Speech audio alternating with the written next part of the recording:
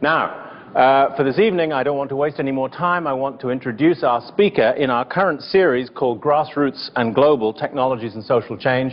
It's an enormous pleasure and I think a privilege for me to introduce a colleague, Professor Henry Jenkins, who is a star in the rapidly developing field of the study of media cultures, particularly in the digital age. He is the Peter de Flores Professor of Humanities here at MIT. He's co-director of the MIT Comparative Media Studies program, and he's a co-principal investigator in a new MIT Center for Future Civic Media. And that gives him a perfect location from which to speak within this series of soapboxes. He's the author of many books, a couple of which I have, and I recommend his writing to you. I'm not going to embarrass him or delay us by reading out the titles of all these books. Go and look them up if you haven't already seen them. But I'm delighted, Henry, that you've been able to spare time to come. Over to you to talk about what is civic media. Well, thank you very much. Happy to be here today and delighted to see a friendly MIT crowd out there. It's always a pleasure to speak to audiences here at the museum and elsewhere. Oh, well, all the better. We're always eager to welcome souls from other universities, including the one up the street, in case we could bring enlightenment to the masses. I'm always reminded of the joke about if you're in a grocery store at Central Square and the sign says 10 items or less and the guy in front of you has 20 items in his cart. The question is it an MIT student who can't read, a Harvard student who can't count, or simply a jerk? You never know. So anyway, happy to see a crowd of friendly faces from the Cambridge area tonight. I'm going to talk about some of the ideas that are informing our new Center for Future Civic Media, which is funded by the Knight Foundation, is a partnership between the program I had, Comparative Media Studies, and the Media Lab. And my counterparts there are Mitch Resnick and Chris Csikszentmihalyi, both of whom are well known for their own contributions for thinking about this question of civic media. The title, I always get grammatically bogged down with this title, because if it's phrased, what is civic media, we're asking about a concept, civic media. Really, rightfully, since civic media is plural, the question should be, what are civic media? And so I go back and forth as to which is a more useful way to title it. But since the word media keeps getting used as singular and plural by people these days, it's useful to remember that if we're talking about the things themselves, we're describing an enormous range of media platforms which are being used for civic engagement. So this image, I chose this image to start us. It's a poster for a film that was produced during the Seattle World Trade Organization riots, protests some years ago. A major project, several hundred camcorders were given to protesters in the street to record what happened. And the footage of it was edited together to produce a documentary film that's quite powerful, that shows you this protest and the police action against it from many different points of view, but particularly from the point of view of the protester.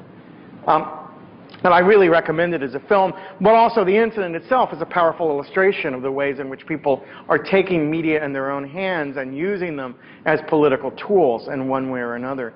But tonight I'm interested in that question, or the implied question here, this is what democracy looks like. And the question, what does democracy look like? And if you look up the word democracy on Google Image, the first thing you discover is that almost all the images we have of democracy are retro images. Right? That the images of the Statue of Liberty, of the American flag, I mean, the most persistent images I found this time, it's always different when you look, but the most persistent images I found getting ready for this talk were all of the Statue of Liberty. But we often will see images of the Spirit of '76, you know, we'll see images of the Boston Tea Party, the protest around the American Revolution, the Founding Fathers, the signing of the Declaration. If we're lucky, we see film images from the 1930s era, Frank Capra, Norman Rockwell. That's the image bank we have as a society about what democracy looks like. And so the question is, how do we imagine a future for democracy when our conceptual base from it continually pulls us backwards in time? And so looking at the web again, these are some examples of people's attempts to imagine future technologies which might enhance our civic engagement, which might force us to reflect on our role as citizens. This may be what democracy looks like at the present moment. It's a rather interesting image of democracy. We can debate what it means, but this is the group Anonymous. It's written up in Boston Phoenix this week. They took their inspiration from the film and comic book V for Vendetta, so they're taking popular culture and turning it into a political identity. It's still retro in the sense that it's using British iconography to talk about democracy rather than American, but it also has that sense of a pop culture, youth-driven movement. In this case, it's a protest against the Church of Scientology. And we have to decide, is it about political speech or is it about religious repression? And how do we reconcile those two identities when we're dealing with an entity like the Church of Scientology? And is this what democracy looks like today? Now, media scholars often find the moments where change takes place most powerfully, especially in terms of new media platforms and techniques, are either around wars or around political campaigns. And I think that the current campaign is giving us a lot of insights into what democracy looks like. This is a poster 4 years ago. The youth vote, overslept again, Bush wins. You know, this sort of image of the always promised, never delivered youth vote. There was sort of the joke after 2004. Reality is, in fact, more young people registered and participated in the last election than most people realize. And in fact, there was a dramatic increase. It just was offset by increases of other groups which were even more heavily mobilized, such as religious groups and the kind of key battleground states. But what we've seen this time has been dramatic increases in youth registration and participation, mostly tied to the Obama campaign, but also tied to some early Republican candidates. Palin's nomination as vice president is mobilizing some young Republicans who might not have participated otherwise, but we're seeing the overwhelming majority of voters come from young people. This is an example of the information space of those young voters. This is a slide given to me from the MTV Choose or Lose group team. This is what the young voters age 18 to 32 consume, or consuming information about the campaign. 89% are watching cable news, 87% watching network news, 78% reading newspapers, 61% using blogs, sending text messages, using social networking sites, 59% watch The Daily Show or The Colbert Report, 49% read a political blog, 25% make political contacts on Facebook or MySpace, 24% send a text message related to politics, and 14% have posted on a political blog. That's a pretty interesting picture of a generation that is civically engaged, that is politically aware, that's connected with us, but also just the range of different media platforms that are shaping that civic awareness. Lance Bennett, a researcher at University of Washington, is arguing there's some fundamental shifts going on between so-called dutiful citizens, which are the older generation, who voted out of duty, who saw voting as the core democratic act, and actualizing citizens, as he calls younger voters, who often understand their connections through social networks, who see voting as one of a range of civic forms of participation, not necessarily the most privileged form of civic participation, and who in fact have a different relation to the geographically local. And we'll come back to each of those as we go forward. So here's this guy, Obama, and we want to think about the Obama campaign as one that has played itself out across every available media platform. And it's a really interesting illumination of what civic media may be. First of all, he gets talked about as a digital candidate, and it's worth thinking about what that means. I've been following this question for at least the last 4 election cycles. Always we hear this is going to be the election, the digital media makes a huge difference.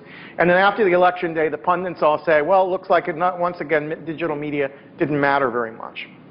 Right? And in part they say because they're looking for something like the digital equivalent of the Nixon-Kennedy debate or the fireside chats.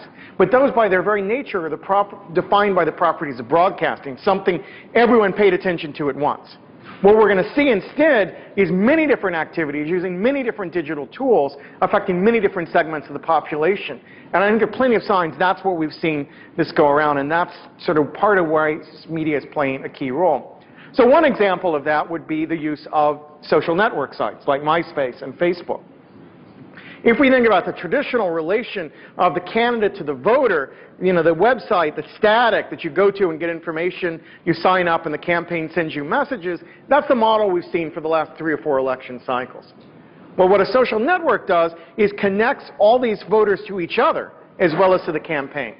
So what is forged in that way is the possibility for citizens to mobilize in small clusters at the local level or in any other unit that's relevant to them. And so you see all kinds of groups for Obama spring up. Maybe you've gone to a meetup or some sort of other party that's been organized in this fashion. What it also means is the social network survives the campaign. You pluck Obama out, win or lose, stick another progressive cause, another progressive candidate in the center of that social network, and it's ready to continually mobilize. So this is a fundamental shift in the organization of progressive politics in the United States that has been brought about through the use of social networking sites this season. Here's another civic medium, the cell phone.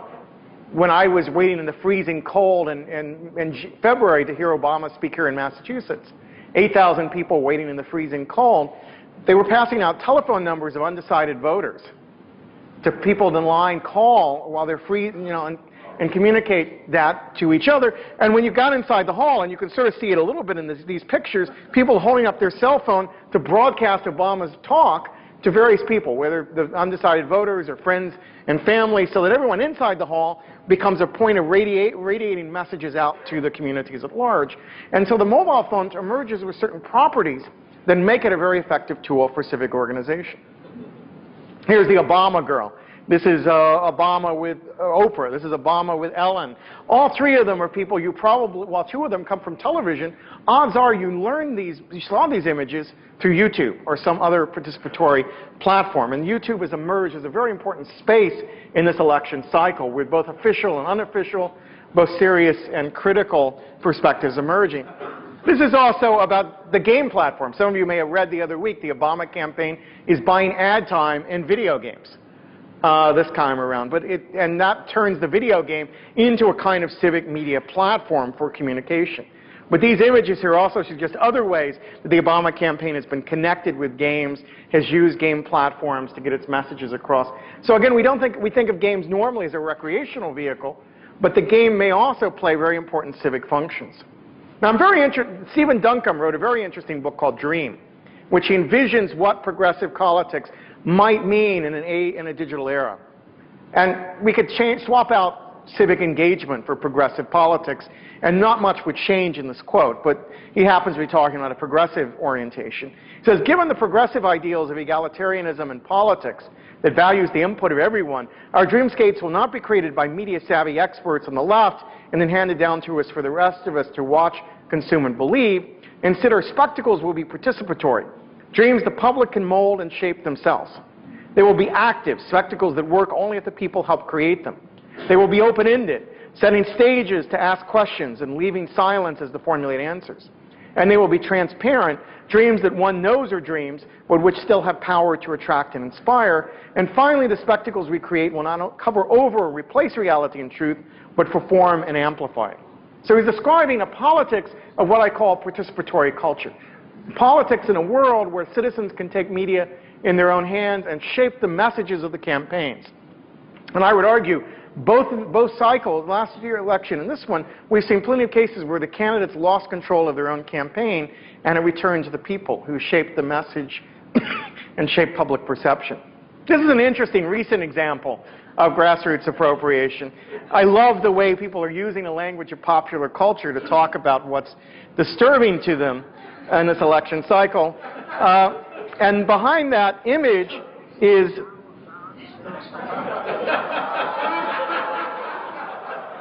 and if you haven't seen this, I forgot they had sound for this, but we have the of John McCain turning him into the penguin. And it's a very interesting use of appropriation, remixing to talk about the political process. All right, so that's what's happening right now. Let's take a step back and talk about civic engagement as a challenge in America today. Go back to the 1960s. Alvin Toffler, pictured here, wrote a book called Future Shock, in which he said that most Americans would not invest much in their local communities, would not invest much in friendship ties, because of the high increased mobility of American society. It's increased since then, but statistics show the average American moves once every 4 to 5 years. frequently seeking work, frequently across regions, breaking down to kinds of social ties to the local area. That was part of what led to civic engagement in the classic models. And so the question for Toffler asked us 40 years ago was, would we know the guy across the hall from us? Would we know the person living next to us? Would we have common interests with those people living in a geographically local area? And the acceleration of that process has been met by digital technologies, which allow us to form very powerful social networks, but social networks that are geographically dispersed, so that we now can build strong friendships and carry them with us wherever we move. We know people from wherever we ever lived. My old friends from high school are connecting with me via Facebook, and we're rejoining in some way. So the social ties are reemerging, but they're doing so without regard to geography. And that poses some questions as we think about classic political behavior. Let's flip to Robert Putnam, who wrote Bowling Alone, a classic work on civic engagement, in which his image of civic engagement was the very geographically rooted social organizations of the 1950s. And as the title suggests, the bowling metaphor is a very important one for him. Right? And if you think about what happens when communities bowl, people from all different areas in the neighborhood come together in this place on a Friday night, a Saturday night. They're playing the game. It's a slow game. Only one person plays at a time. You're sitting on the benches. You're talking to each other. You share information about your lives and your interests. It drifts from bowling to other kinds of conversations. What Putnam argues is, in the 1960s forward, that broke down as television and other media privatized their lives. We were less likely to go out bowling, more likely to stay and watch bowling on television, and that result of that was a breaking down of the era of social organizations. Now, let's think about then the modern bowling league, maybe something like the Klan on World of Warcraft. Right? These are people who do get together regularly, who play together as a group, who often tell you that they go online out of a sense of responsibility to the other members of the group. So whatever they're doing, they're not bowling alone in Putnam's sense. But the social structure of the organization has shifted toward the world of social networks, going back to Lance Bennett's term. So that people are organized in social networks which are constantly evolving, that are very tactical in the ways in which people engage with them, are proving out to be powerful tools for political engagement in the campaign season, but may not translate into civic engagement at the most local level. We're seeing at the same time local media folding. Right? We're seeing the survival of hyper-local or micro-local media, things that cover a very small area, like a blog that covers your neighborhood, thrives, but city newspapers are folding. We've seen them disappear. You know, Boston's down to 2 major daily papers at the present time, from many, many more, several decades ago. Odds are, before the next decade's out, we may be down to 1, or we could even imagine the megalopolis starting to fold in on itself. This Hartford, Providence, Boston all need separate papers, or will we see a conglomeration of urban areas to form one larger newspaper? The average American gets their news now from a national publication, not from a local publication. So the rise of USA Today, Wall Street Journal, New York Times, Christian Science Monitor, much more likely to get news from one of those sources than you are from the Boston Globe. And so the question of how we shape political knowledge at a local level becomes crucial. So what Knight has asked us to do is to revisit this question: how do we use new technologies, new tools to build civic engagement at the most local level? What could we use? And all these devices we've talked about, and I'll show you a few more as we wrap this up, is what can we use to engage people at the most local level, to touch their lives, to frame their questions, to shape things like city councils and school boards, where the odds are in this city it's almost impossible to find out anything about anyone who's running for any of those races, given the current structure of the communication system that we live in this town. And we're in a better situation than most cities in America. So how do we get there? How do we think about what this looks like? And what's our model of a civic media? And here we have classic images of coffee houses and people gathered reading newspapers together. This is our classic images of what civic media could look like. The town crier is another example, and it assumes town squares and people gathering together. I'm very interested in civic pageants, very popular in the 19th century, where towns perform their founding every year and connected. And what's interesting about it is the young people in the town would perform the part of founding fathers in the town. If we go back far enough, they might literally have access to the founding fathers themselves. and that they might, or the families of those founding fathers who they would talk to understand the significance of that person in the community. And even more, every generation of people who played that part feels a connection to the current generation playing that part. So it's about stitching generations together, not a high-tech solution, but a really low-tech way of connecting people's experiences together, framing the history of the town, and connecting the present moment with this heritage of how the town was founded. We saw in the 1930s live, what we call living newspapers, where people took the events of the day and performed them on stage. So theater, low-tech as it is, served to be a very effective response to topical issues. It could be staged differently each time. It could change over time rather quickly. So it has properties we might want to think about as classic civic media. We want to move beyond, as we think about it, from the city newspaper or town newspaper to other functions that used to be central to the experience of living in a local area, like the town carnival or the town farmers market, become central gathering places for people. This image is one that I just saw recently and was really touched by. These are people waiting at the train station to watch Robert Kennedy's body go by on a train. And what a powerful set of images of what a engaged citizen gathered together looks like. And there are dozens and dozens of these that have been dug out recently, and there's a book that's coming out of these photographs. And I find them just a powerful image of a kind of engaged citizenry, a collective mourning, as a marker of local and national civic engagement. And so some of this is mythic, some of it is historical, but it gives us a sense of what we're trying to figure out how to find some way back to. It will function differently in an age of social networks and an age of social organizations. It will function differently in response to the media platforms of our time. But there's something powerful here that as citizens we want to reclaim, and that we want to think about all the tools at our disposal to figure out how to rebuild it. And so the Center for Future Civic Media, we're doing all kinds of projects, trying to experience all kinds of devices, all kinds of practices, all kinds of organizations and groups around the country and around the world to just try to understand what the potentials are for local civic engagement at a time of media change and dramatic social, economic, cultural changes that are attached to it. So I throw that open as my provocation and see where it leads us from here. Thank you very much. Right.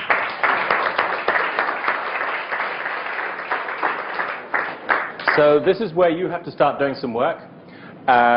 So now, please, if you would, as I always say, spontaneously reassemble. Somehow people always manage to. Into small-ish groups, doesn't matter what size, anywhere between 5 and 10 probably. We should get, I suppose, 4 or 5 of those this evening, probably. John is going to go around with another colleague with some tablet PCs. Please be free to raise any questions that occur to you, any issues that interest you out of what Henry has just described, because they'll constitute the basis for our discussion with him when we come back into plenary in about 7 or 8 minutes' time. So please, go for it. Thank you. Okay, now with John's help, I hope, I'm going to suggest that for a couple of minutes we scroll through questions and just get a sense of the range of topics that people have suggested that we pick up, and then in some sort of spontaneous process that I don't pretend to understand, we will sort them and pick them out for conversation. So let's just look at them. Here's the one in the main box. How does radio, for example NPR, fit into this model? It's old tech, it's certainly a traditional broadcast medium, but continuing to be successful. So how are some traditional media making the transition into an age of new media? Maybe. What sort of competition is there between social networks and local media? Henry referred to the decline of city-based newspapers in the recent past. How are social networks contributing to that? Do you think an Obama president will continue to engage the public via digital media and keep the citizens informed digitally? What will happen after the presidential election to these networks that have been created over the past few weeks and months? So much organization has gone through my.barackobama.com with a singular goal on November the 4th. Does this past election? A similar question. Maybe we could, in a moment, start with that. What does the future hold for civic media? That's a very small question. We can deal with that in a few seconds. How does corporate advertising drive digital media? It's not always obvious how some of these networks get funded. Can media be trusted? Yes, discuss. That's a big one. That's a big one. What is the importance of food in is that food? Yes, food in motivating. Well, we obviously can tell it's quite important because we always provide it in Soapbox and you always come. So, and then a reference back, interestingly, to the speaker in our last Soapbox. Ethan Zuckerman spoke about how digital media connects people of like minds. He did indeed talk about that. Does civic media connect heterogeneous groups, or are people preaching to the choir? Okay. When is it more important to convene in reality or in person rather than remotely? I mean, here we all are. We're in a traditional face-to-face encounter. What's the role of those in the world of digital media, or in an age of digital media? Some of us are face-to-face. Keep in mind you've got a virtual Yes, audience it's true. well. We've got a mix. I apologize to those who are not face-to-face. We have a mix, and maybe that's one secret to the future. I don't know. We'll come to that. Okay, could we maybe start? I'm going to, and please, it's going to be increasingly important for you in the audience to interact, as you will, with our speaker. But a couple of comments here have raised the question, what happens to these very powerful social networks that build up, in this case, through a presidential campaign? Do they persist beyond it? Do they get cut off at the knees once the decision is made about who is president? What's likely to be happening there, Henry? Yeah, so one of the slogans we've been using in the center is to talk about moving democracy from a special event to a lifestyle. That's the sort of used rhetoric of media to talk about it, but special event being we vote every 4 years, to we are involved and connected as citizens over time. That's part of what Lance Bennett is getting at with this actualizing citizens model, that is the resistance of younger people to define citizenship through voting, and their insistence on volunteerism, on a variety of other kinds of social structures, so that, in fact, that suggests a lifestyle model of this. So that's one way to think about this question. How do we move it in that direction? Now, one snapshot would be to think about an organization like Move On, which was created for a very specific political purpose, that is to block the impeachment of Bill Clinton, has now survived almost a full decade after that original function and has taken on a variety of other functions, has played a pretty strong role in progressive politics in this election cycle and subsequently. So it suggests the potential of an organization that evolves and changes over time. Others have sort of argued that in the era of digital media, since it's so easy to form social networks and so easy to dissolve them, we will move to an era of what people are calling adhocracies. That is, things will organize quickly in response to specific challenges and then reorganize and disperse to other kinds of configurations as other challenges come along. So that we might continue to be like Minutemen engaged in our community, but that the structures are very fluid, that we're not locked into a specific function. Now, many are wondering what Obama is going to do as he becomes president. He's built a social network. Does he, we now talk about a permanent campaign in which the president is continually seeking votes, and that's a kind of opinion poll-driven version of it. But is there a plebiscite version? Is there a version of collective intelligence where people consult with the president and we collect the advice and insights of the public to go forward? And much of the rhetoric of the Obama campaign suggests that he's thinking something in that direction, that coming out of community organizing models, coming out of bottom-up models of organization, he's particularly predisposed to systems which create more fluid feedback from the voters over time. And I think many believe that there will be some efforts in this administration to try to move in that direction. Whether the national media will give up readily its role in shaping the agenda for more grassroots media, I think, is one of those crucial questions, because right now candidates run through alternative platforms, but they have to govern through broadcast. And that's where a lot of the problems are likely to come in. Somebody wanted to come in here, but could you wait for the mic?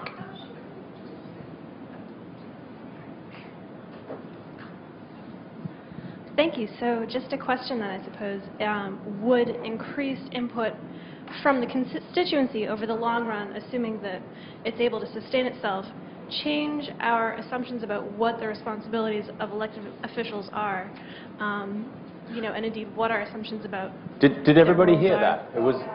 Oh, sorry. I think a question. It doesn't sound as if that mic is working very well, actually. But I think the question was, would a continuation of this kind of feedback, in the way that Henry was describing, change our sense of what the responsibilities of elected officials actually are?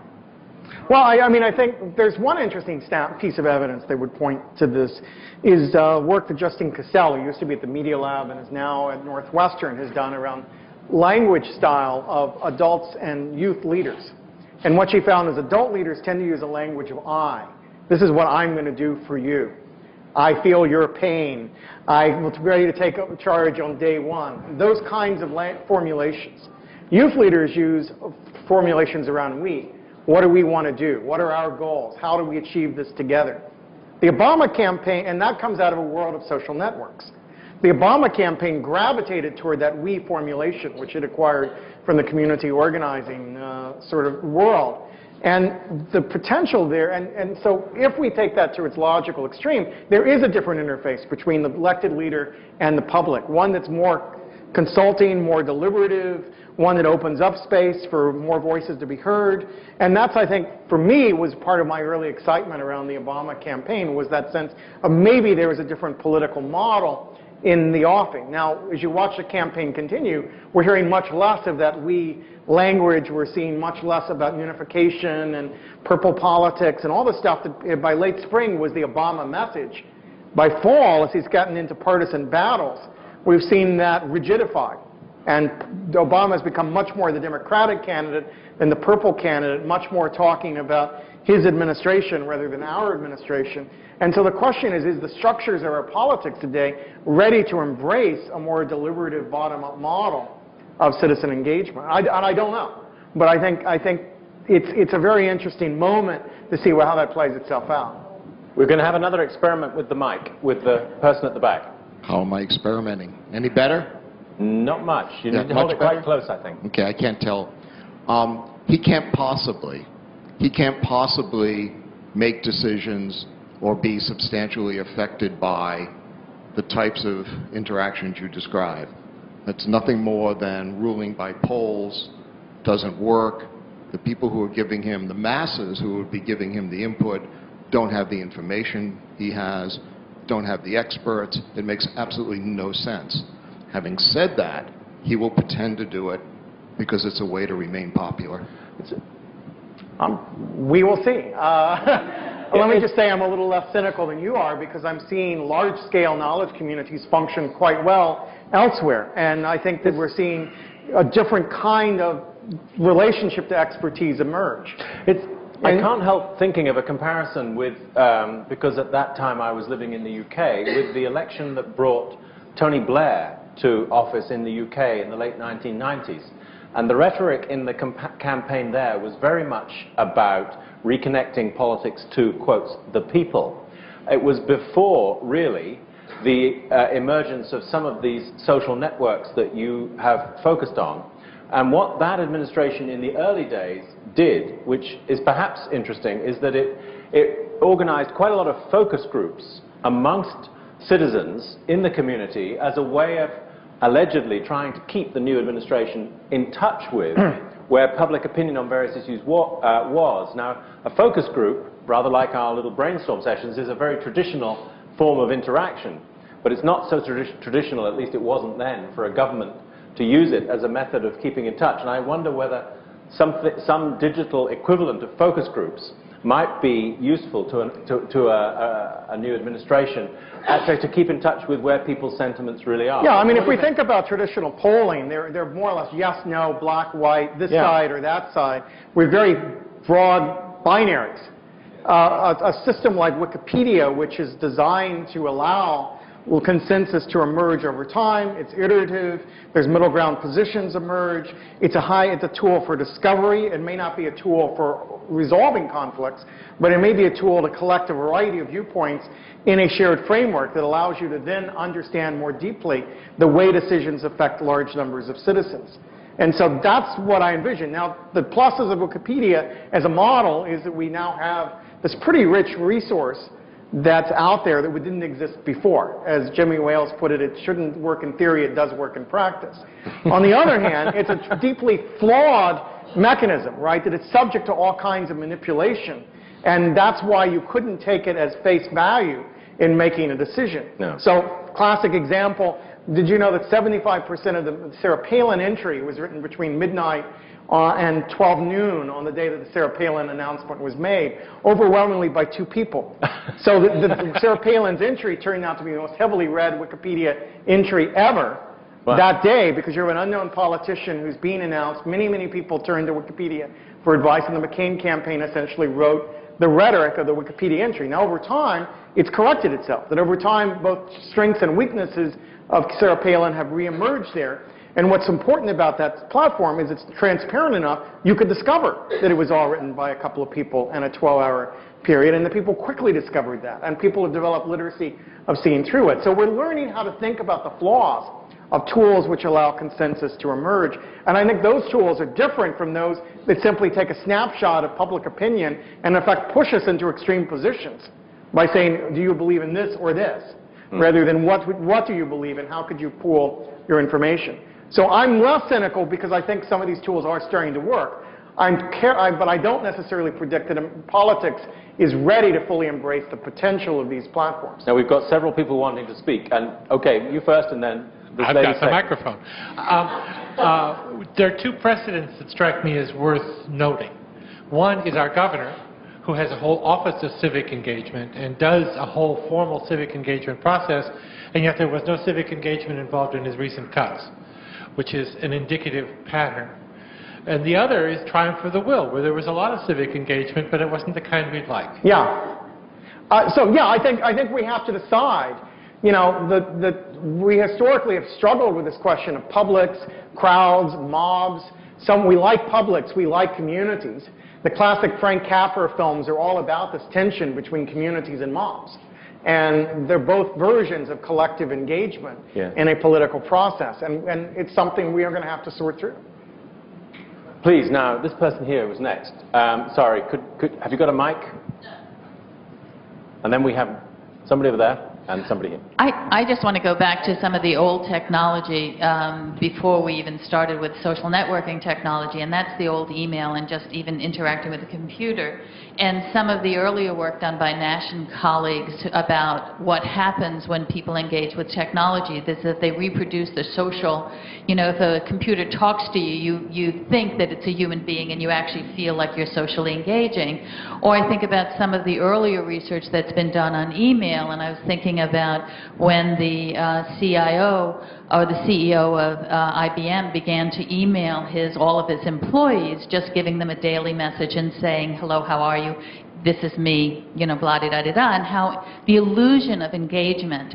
So I'm thinking not the complexity of what the politicians do with it, but the sense of now with social networking, the illusion of engagement and the power of that, of people feeling like they have somehow had a voice, even if they didn't, the power of that for affecting a sense of involvement.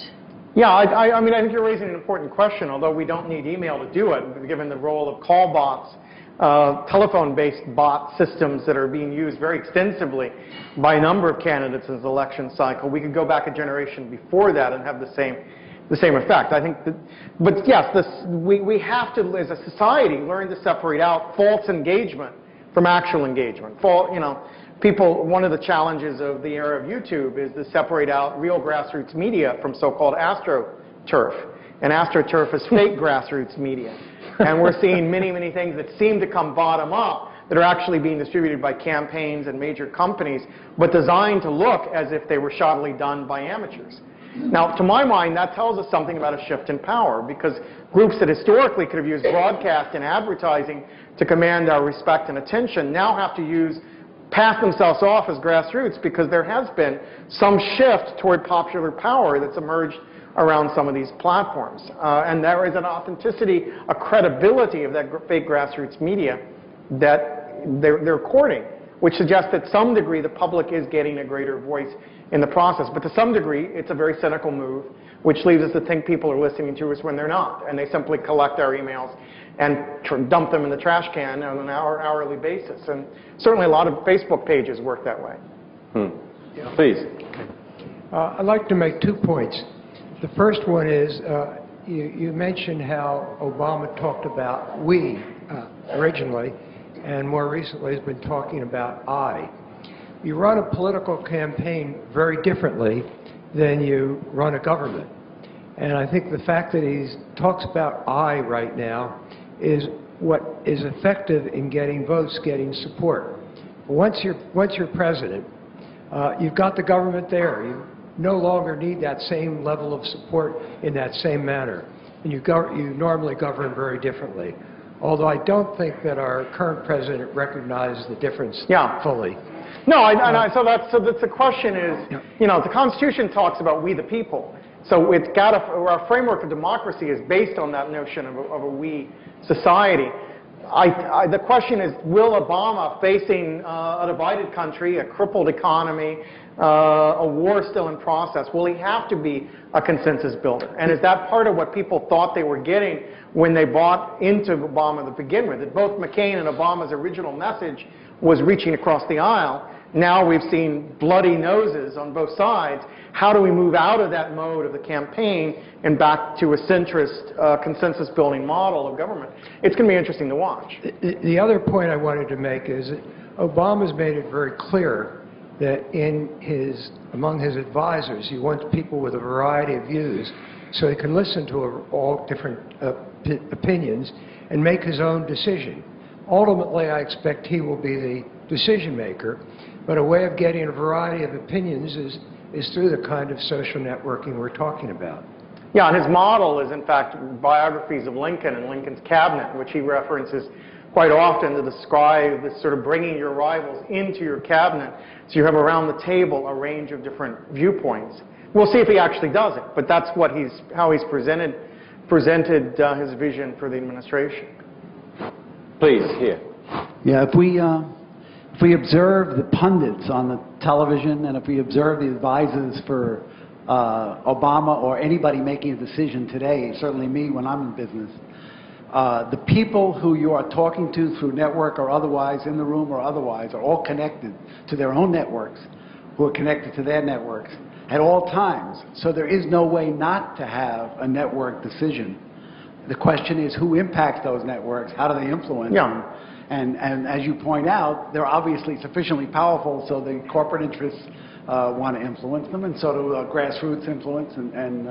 So it seems to me that it's not a question of will it be we, the question is what we. Yeah, exactly. I mean, historically, we've had good old boy networks, we've had old school ties, all variety of fraternity clusters, all are kinds of networks that shape decision making. As are parties. Parties are essentially a kind of network. The question is the network more porous than that? Is it more open? And that gets us back to the question about Ethan Zuckerman that was up on the board. That's a question about digital enclaves, homogeneity in these online communities versus heterogeneity. And my take on it's a little different from Ethan's or Cass Sunstein, who's the first one who raised this question. I think they both are thinking like law professors, which is to assume that our primary identity is through politics. And yes, if you look at partisan blogs or partisan social networks, they are clearly defined around axes of homogeneity.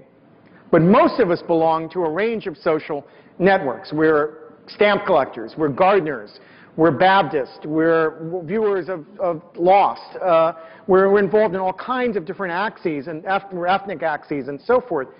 The world of social networks crisscrosses each other around different axes of diversity, and so as we move as individuals through our social networks, we in fact are agents of diversity and heterogeneity. A group that's defined around watching Lost is unlikely to be defined along ideological grounds. There's a common interest around a television show, but it becomes a space that we share our fantasies with each other about civic good, about community, about leadership. All kinds of conversations take place at that level. So the problem is not heterogeneity among the digital elites. The problem is going to be those groups that are locked out altogether. And this is what I call the participation gap. Here at MIT, we always define it in technical terms. And that's what I mean. The digital divide was a technical category. Who has access to network computing? We're now to the point where most American young people have access technology through schools and public libraries, if not through the home, well, we still face the participation gap, which has to do with skills, knowledge, experiences, a sense of entitlement or empowerment. These are the social and cultural obstacles that are preventing full participation from those people who are locked out of the process. And so I'm not as concerned about, is the diversity of the existing web community going to be mixed up? It will. But I'm much more concerned about who's not entering that world to begin with.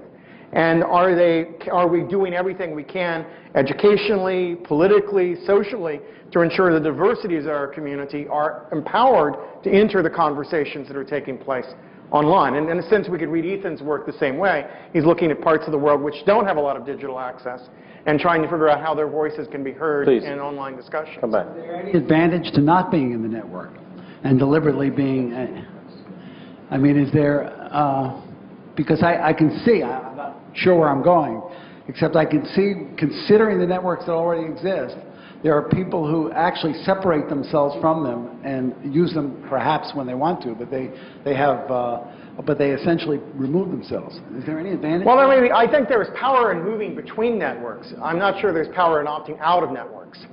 You know, in a sense, if you opt out, you have no base of power. If you move between networks, you can be a cross-pollinator, and you have certain knowledge is power in that world, and the more networks you're involved with, the more power you have. So not being deeply rooted may be a real political advantage in this era, but not being connected is clearly a disadvantage. Now, we have another couple of people wanting to get in, but I just can't resist getting in one point. We've been talking, when we talk about networks and politics, on the assumption that the current presidential campaign is going to have one result. And with respect to one party, one of the questions that was addressed by one of the groups, I don't see it here, was the question, is it only, as it were, I think the phrase that was used is disaffected or progressive people who want to tap into digital networks, or is everybody? Could you say something about the apparent differences that exist between the two campaigns at the moment in respect of their use of digital networks? Is that true? Why is it? What impact, what lessons might we learn from it? Yeah, I mean, I think it's not intrinsic. We go back to the primary season, and we saw both Ron Paul and Mike Huckabee were very effective at using these new media platforms, both to run insurgency campaigns within the Republican Party. So it's not coupled to an ideology, but it's coupled to a mindset. And I think right now what we're seeing with the McCain campaign, McCain himself doesn't use email, doesn't connect with computers, and makes light of people who think that this is a problem. You know, trivializes the importance of that as a mindset, as a way of understanding the world and processing information. And I think that's filtered down to a fairly conservative use of new media platforms by the Republican Party in the fall election.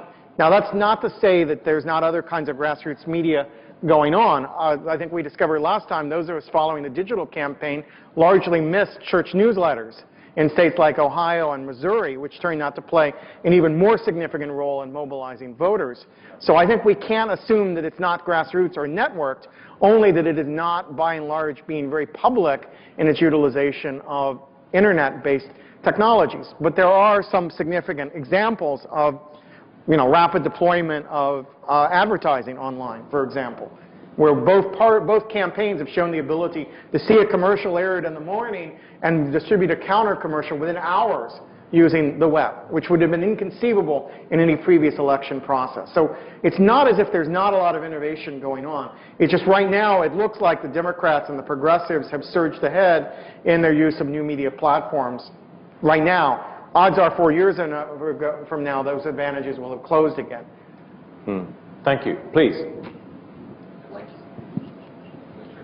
We think it's on. I'd like to press two points you made and put them together. One was the distinction between a network and a crowd, a community and a crowd, a community and a mob. And the other is your observation that to some extent the multiplicity of who we are is limited in terms of what we can transmit through images and text. Which for me raises the question of what's the difference between, or what are the relative virtues and limitations of community and a social network. In community, we're known as whole individuals. We can evaluate each other's views based on what we know about them.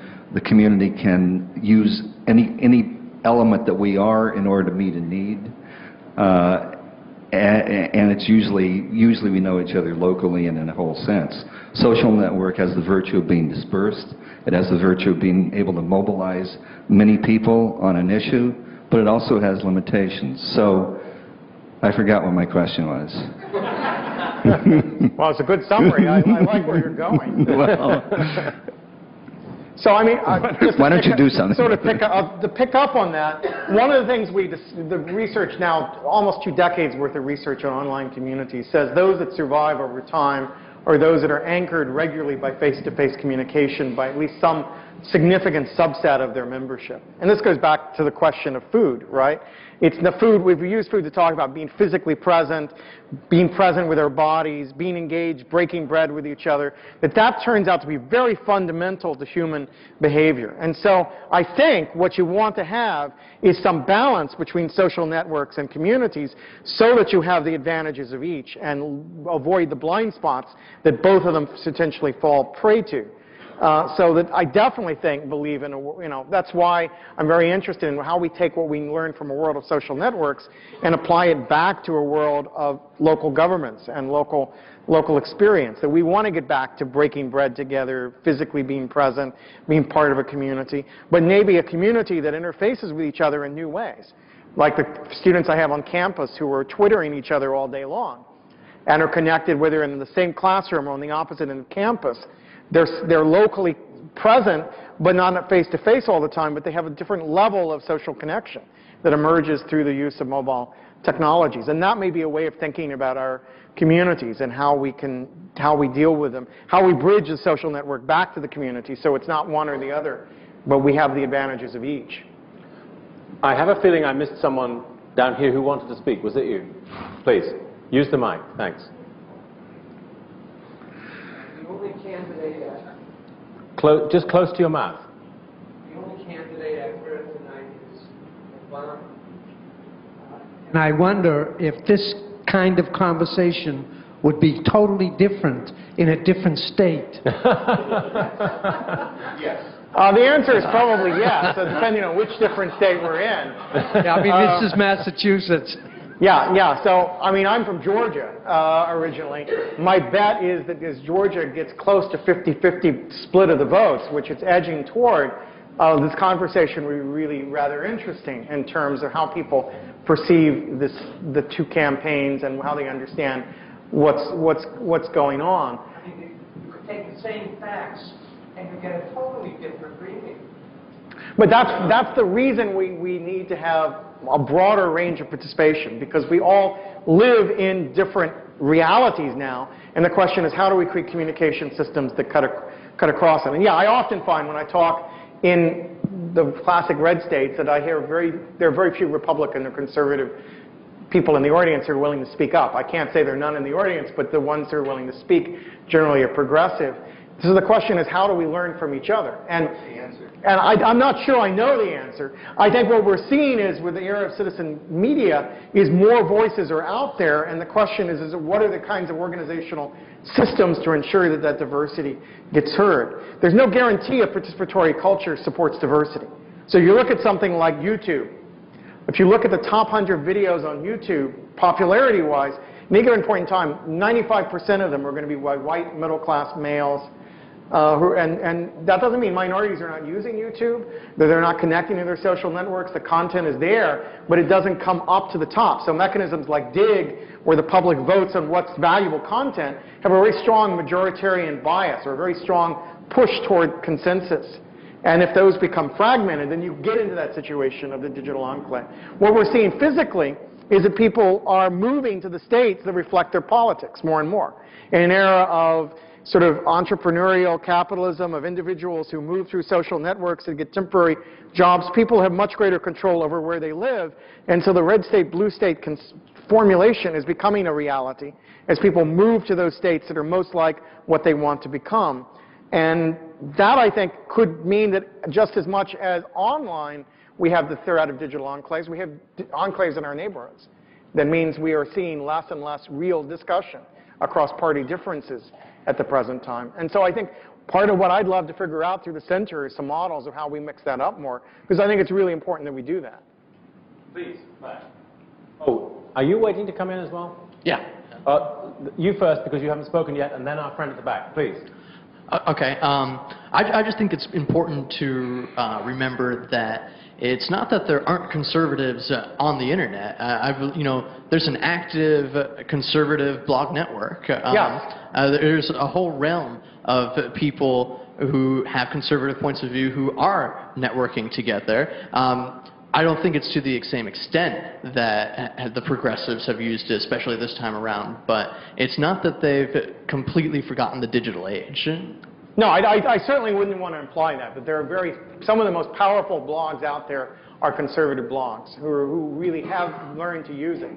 I think in general, the models I've looked at look more like talk radio, which used to be a model of community-driven political discourse, and have become increasingly centralized over personalities.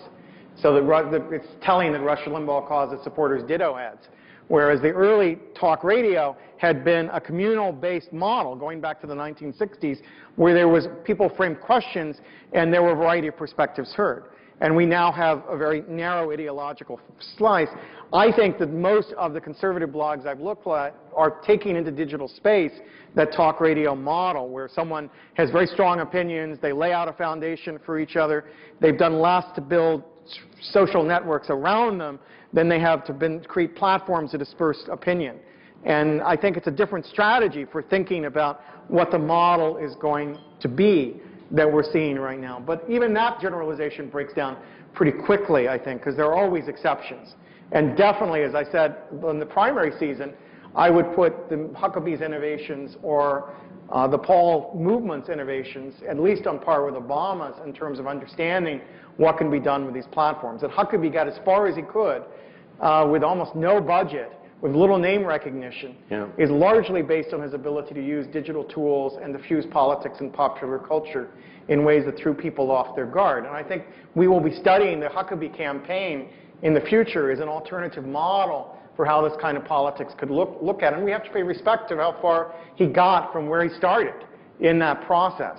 In a party that historically just anoints the most entitled senior member of its party as compared to Democrats, which have had inter-Francine struggles over power in every election back to the 1920s at least. Will Rogers in 1920 said he didn't belong to an organized political party, he was a Democrat. And that speaks to the kind of different ethos of the two parties, but that Huckabee as an insurgent in the Republican Party was the last man standing against McCain says something about how those ideas have permeated the conservative thought. Is it a coincidence either that he comes from a faith community which has been very good at organizing itself politically in the last 10 or so years? Yeah, I mean, I often say there are four groups that are the early adopters and innovators of media communication technologies across history. So one of them is the church, another is pornographers, another is advertisers, and the fourth are politicians. So if you want to see where the media platform's going, those four groups have the most desperate need to reach unaffiliated members and to get messages out will almost always adopt the technology first and experiment with new techniques to reach the public.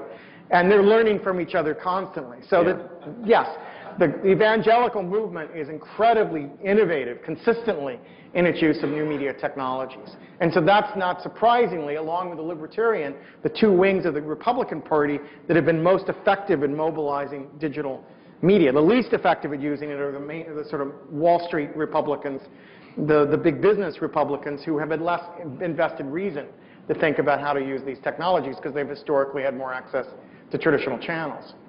Please, sir. Am I doing okay? You had mentioned earlier that you had an interest in local media.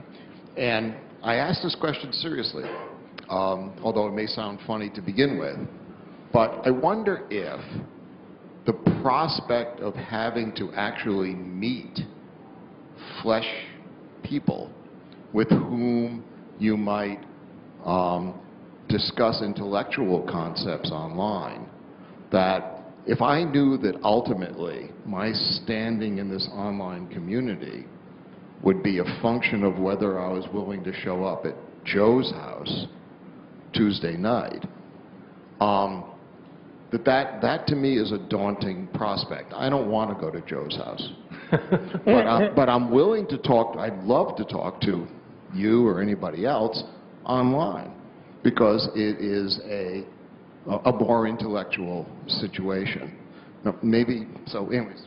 No, it's an interesting question. How do we connect the real world and the virtual world together in such a way that the consequences of one permeate the other? Would be another way to think about it. Two examples that I can think of that are interesting in that regard. One's a group in New York called Global Kids that I'm very fond of. And Global Kids uses Team Second Life to bring together teen leaders from all over the planet. And I've spoken to this group online many times. But they have strong incentives to go back to your community and work on the local level on issues face-to-face. And it's built into the structure of the organization. The leaders meet online, then they go back to a larger organization that they've been selected from that actually does projects on a city level. And they get standing in Team Second Life based on the projects they've done in the real world. So it does actually have that. It's not going to George's house, but it is actually walking the mile, doing the garbage pickup, whatever it is, the volunteeristic project they're involved with. But they've also been engaged with things like Darfur and Uganda child soldiers, child prostitution, issues that the local kids can't directly affect, but they help become involved in this virtual world to develop awareness on a global level. So it's both local and global, which is part of what I like about it. The other is a project I have more mixed feelings about out of University of Washington. And Washington is the state where voter registrations are public records, and they're digitized. So what they've done is build a Facebook app so you can see whether all your friends on Facebook have registered to vote or not. And then you can use Facebook to publicly shame your friends who haven't registered and put collective pressure on them to register. And then you can use that to try to mobilize them and say, I will go to the polls with you, I'll do whatever you need. So it's a tool that built to go back to the local and to have an effect, use the potentials of Facebook for the local. Now, I have mixed feelings about whether shaming is the most effective way of getting people to vote. What we do know is that we're much more likely to vote if you're contacted by someone you already know than if the sort of us sending our troops through Ohio and knocking on doors. It's good, but it's less effective than if we can get people in Ohio talking to each other and dragging them to the polls. And so the use of Facebook as a tool, the real promise, is that it starts from people who know each other to some degree and pulls them into the real world. It's about real-world social contacts. It's not just a virtual community. And that, I think, has real potential for thinking about how we achieve what you're talking about. I think some of what you've been saying has, that's just gone, has provoked more questions and comments. Here we've got somebody asking about whether we're talking about the possibility of increasingly sharp separation of an already fairly divided country. You talked earlier about people choosing to live in places that are more consistent with their political orientation, which implies a kind of geographical split in the country, even greater than we currently have. Do you see the prospects for that? I don't think the Civil War is overstated, but I think there's a problem when those groups don't talk to each other. I had a friend down in Georgia who was a liberal, when I mentioned having Republican friends, he sneered at me and says, "Well, I suppose someone has to have Republican friends." You know, but that was the reality of someone living in a blue state, who nevertheless cut themselves off totally from the people around them. And that was a shocker to me, because he's a smart guy. And so if that's starting to happen, we bunker down, it's a problem. The good news, I think, is that it doesn't look that Obama's campaign and McCain's campaign started out with a 50-state strategy. And Obama's campaign, at least, is ending up with one. So if we look at states in play this time, a lot of states that were so-called red states 4 years ago look like they may shift alliances in this. And it's in part because while there has been a tendency to concentrate around ideology, there's also been a counter-pressure of kind of some diversity of cosmopolitan spots emerging in a lot of traditional rural states. So states like North Carolina, even West Virginia, are starting to have pockets that are very different in composition. And that's why if you've seen the so-called purple maps, which are very interesting to look at, what you see is if you combine the percentage of red and blue across the country, that the country looks like shades of purple, and we're not as rigidly separated as we might think. There's also been another Patchwork Nation project this year, which is looking at surveys across geographically similar areas across different states. So if you look at suburban areas or urban downtown areas or whatnot, port cities or whatever, you see patterns that cut across states but suggest that there's lifestyle choices that are done, and they're just different densities of those lifestyles in different cities that produces the effect of red and blue. So it's hard to tell. I think this election, if the election was held today and we look at the electoral map, it is a very different electoral map than we saw 4 years ago. It doesn't suggest the fixity we saw over the last 2 elections. But it can change in the next 2 weeks, so no one knows whether it will revert back to red states and blue states, or not. But it looks at the moment like the result will be a much more variegated country than we've seen in the last 2 elections. One of the, was that a, no, yes, please, the back. I had another question on this local thing. In the presidential primary, 94% of my precinct in Arlington came out and voted, of all the registered voters. A couple weeks ago with the primaries for the state Senate, only about 45% turned up. And the truth is that that fellow is actually going to be, well, probably going to win the election since there's no actual Republican opponent on the ballot, formally printed, is going to really affect my life far more in the next 4 years than whoever is elected presidentially. So I was wondering if you might speculate a bit about, is this a trickle-down kind of media, or is it always going to be at this high end? Is this sort of digital civic media only work? Is it only relevant in presidential stuff, or do you actually see it kind of permeating all of our culture, and what are the implications of that? Yeah, well, we can start with why that pattern might be. We start with the fact, as I said, this heightened mobility, people moving across every 4 years across regions. That means people are, if you vote for someone locally, you may never actually see the effect of your vote, given the structure of political decision making. And that's led to some radical shifts. Even on something as basic as baseball team identification, right? We're in Red Sox Nation, pure and simple here in Boston, but most parts of the country, you go to a classroom, you're going to see kids wearing baseball caps and jerseys from all over the country. It used to be the baseball team was your marker of local civic engagement. Now it's optional. It's wherever you used to live, whatever team spirit you like the best, whoever's got the coolest mascot. People are more variegated in their relation to the local. So that's all part of a cultural shift that's pretty profound, away from attention to the local. And that's what we're trying to figure out how we combat. Now there are signs. There are things like so-called place blogging and other sort of tools that are being done to really get people aware at the most micro level what's taking place in their community, what's going on around them. And people seem to still have a strong interest in that. Right now, in this city, though, I think we're caught in a moment where our local papers give us almost no coverage of the kinds of races that you're talking about. If we're getting news from Boston, and Boston is serving the megalopolis, Boston papers serve the megalopolis, there's no incentive for them to tell us a lot about Cambridge elections.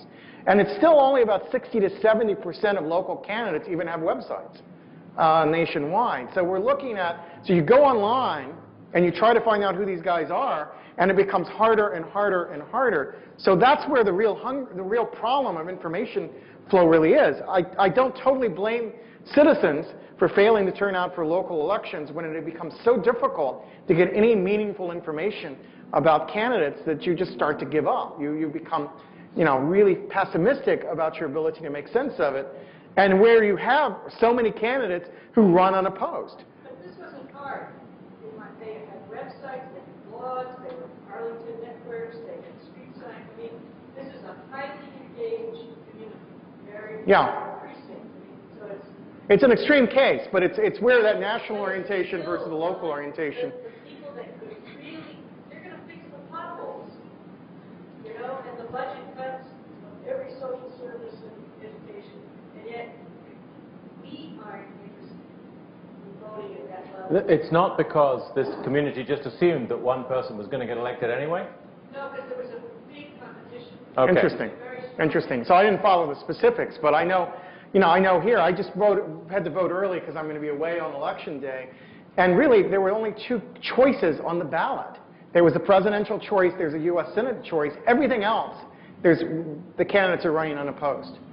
And it was sort of shocking to me that we reached that point as a democracy that I have almost no choices, voting except at the highest level. And so somehow those decisions get made. And yeah, in this case you're at a primary, but often there's only one choice on the primary ballot for a lot of those things. So these decisions aren't being made through any kind of ballot box-based system. They're being made behind closed doors. And we've tolerated that as a society. We're not upset, we're not outraged by that. We're not doing anything about it. And so, yeah, I share your sense. We should be concerned. I'm hoping that we can figure out a way to use these tools to create that local engagement. That's part of what our center is trying to do. But I'm not sure yet how we address it if even a highly engaged and connected community like Arlington faces that problem. Okay, we're almost out of time, I'm afraid. So the last point to which I will give our speaker a chance to respond is here. It's more of a comment to respond to. Sure. Just an additional comment about conservatives. I feel that conservatives actually do use social media more than you'd expect in terms of not only blogging, but social websites. I know there's a Republican and a Young Republican meetup to which I'm a member. It's just that they don't vocalize it as much in person. For example, I know of a person who's very active in the conservative movement in Massachusetts, but they verbally told me not to mention it to anyone because they feel uncomfortable being from Cambridge. So it's out there. Yeah. It's out there. We do use social media a lot, Young Republicans. It's just they maybe just don't not tell vocalized the rest as of us much. about it. Yeah. No, I totally know a lot of closeted conservatives in academic life who, really feel very uncomfortable. Once you get a critical mass of liberals in one space, it's a very uncomfortable thing to come out as conservative. And yeah, vice versa. Trust me, having raised in Atlanta during certain times, it was none too easy to be a progressive living in the South. And that's why, on one level, I understand my friends saying, well, some people have to have Republican friends. But it's a way of protecting yourself from being exposed when you're outnumbered. And that's definitely a factor. And I think that's definitely part of what goes on. So I appreciate you reminding us of it and being courageous enough to come out as a Republican in this crowd. Keep it up, keep it up. Okay, well look, we have run out of time, I'm afraid, this evening. I do want to just do two things at the end. To thank everybody here for coming, of course, and to thank our online audience as well. I want to remind you all that the next one of these soapboxes in the present series will be given by Dana Cunningham, who is the Executive Director of the Community Innovators Lab in the MIT Department of Urban Studies and Planning, and she will be talking about technologies changing communities on November the 5th, Wednesday, November the 5th. So please make a note of that in your calendar. But in the meantime, particularly at this moment, as we're a couple of weeks away from an election, I think you'll agree we've had a fascinating perspective on the way in which new civic media are changing the shape of political debate. And for that, we owe our speaker a great deal of thanks. Thank you, Henry. Thank you.